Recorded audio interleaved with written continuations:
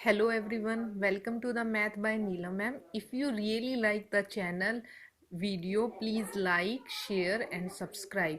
हम पहले 14 तक क्वेश्चन कर चुके हैं, अब हम 15 और 16 दो क्वेश्चंस करेंगे।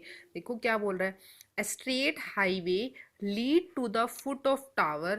A man standing at the top of the tower observe a car at the angle of depression 30 degree which is approaching the foot of the tower with a uniform speed. देखो ठीक है। After 6 second later the angle of depression of the car found to be 60 degree. Find the time taken by the car to reach the foot of the tower. देखो क्या बोला गया, ये मेरे पास कोई टावर है, टावर के ऊपर एक मैन खड़ा है, एक गाड़ी आ रही है, उसने एक पॉइंट ए पे ऑब्जर्व कर रहा है। तो जब भी हमें एंगल ऑफ डिप्रेशन लेना होता है ना, जो हमारी हॉरिजॉन्टल लाइन होती है उसी के पैरेलल हम एक लाइन ड्रॉ कर लेते हैं, क्योंकि जो मेरा एंगल ऑफ डिप्रेशन होता है हमेशा अपवर्ड बनता है। तो जब उसने ए पॉइंट को देखा तो उसका क्या आ गया, 30 डिग्री का एंगल बनाया। अब क्या कहते हैं, 6 सेकेंड के बाद कार यूनिफॉर्म स्पीड से चल रही है, कार हमारी बी पॉइंट पे पहुंच गई। जो मैन है ना, उसने कार को बी पॉइंट पे देखा, तब एंगल ऑफ डिप्रेशन कितने डिग्री का बना, 60 डिग्री का। अब वही सेम अप्रोच, अगर मेरा ये एंगल 30 डिग्री का है तो ये वाला एंगल भी 30 डिग्री का हुआ, किस लिए, ये अल्टरनेट इंटीरियर है। अब अगर ये वाला एंगल 60 डिग्री का है तो ये वाला भी एंगल 60 डिग्री का होगा। हमें क्या बताना है, find the time to the car reach by the. देखो आपको ये बी से सी डिस्टेंस बताना है कि जो मेरी कार ए पॉइंट से स्टार्ट हुई थी टावर तक कितनी देर में पहुंच जाएगी। तो अब एक बात बताओ, सबसे पहले जो मेरी ये ट्रायंगल है ए सी डी, क्योंकि मेरे पास जो ए बी है, ए बी का डिस्टेंस कितना दे रखा है 6x, क्योंकि 6 सेकेंड में पहुंचती है, स्पीड दे रखी है मेरी 6। तो डिस्टेंस, स्पीड का फॉर्मूला क्या होता है, डिस्टेंस अपॉन में टाइम। स्पीड 6 दे दी मैंने, टाइम को x मान लिया, तो एस एक्स 6x बन जाएगा। हमने सेम लगाया इसमें ए सी डी में। अब देखो डी सी अपॉन में ए सी, तो डी सी की वैल्यू आपकी क्या है h, इसकी वैल्यू क्या है 6x। आप इसको सिंपल भी ले सकते हो। अब ये देखो बी सी, हमें तो यही डिस्टेंस निकालना है ना, इसको मैंने n डिस्टेंस मान लिया। अगर n डिस्टेंस, स्पीड तो उसकी सेम रहेगी ना, जो स्पीड है उसकी x, टाइम गिवन था x हमारे पास, टाइम 6 था, स्पीड तो क्या है x, तो जो स्पीड यही थी उसी यूनिफॉर्म स्पीड से चल रही है ना, यही बात होगी।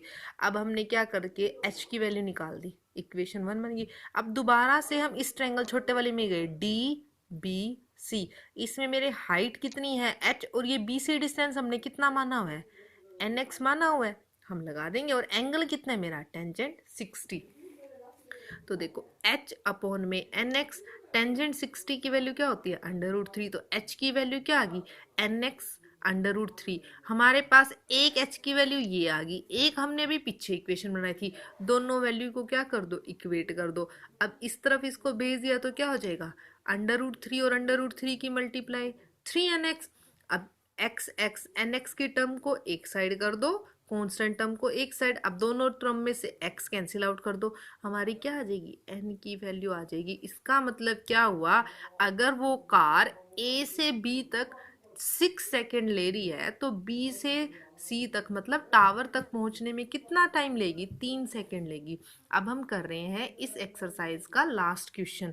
The angle of elevation of the top of the tower from the two point at a distance of 4 meter and 9 meter from the base of the tower and in the same straight line with its complementary, prove that height of the tower is 6 meter। आपको ये बताना है जो tower की height है वो 6 है। अब ये बता रखे हैं जो एंगल ऑफ एलिवेशन है ना, देखो ये मेरा कोई टावर है, दो बात बता रखी है, एक तो जो एंगल्स है ना वो क्या है, कॉम्प्लीमेंट्री है।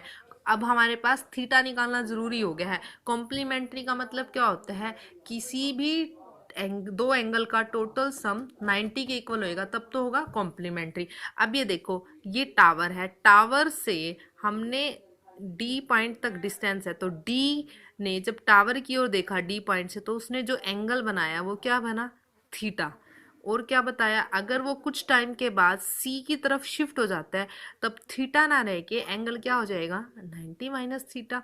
अब क्या बोला गया है, इसमें एक चीज और गिवन है, जो एंगल ऑफ एलिवेशन का इस टावर से डिस्टेंस मतलब डी बी की वैल्यू कितनी गिवन है, 9, और सी बी की वैल्यू कितनी गिवन है, 4 मीटर गिवन है। Is that clear. आपको क्या बतानी है, ये प्रूव करनी है जो आपके टावर की हाइट है ना वो 6 है। ठीक है, तो अब ये एक बात देखो, सबसे पहले हम ये बड़े वाली ट्रायंगल ले लेते हैं, ए डी बी। हमने ए डी बी ले ली, इसमें एंगल क्या है मेरा, थीटा।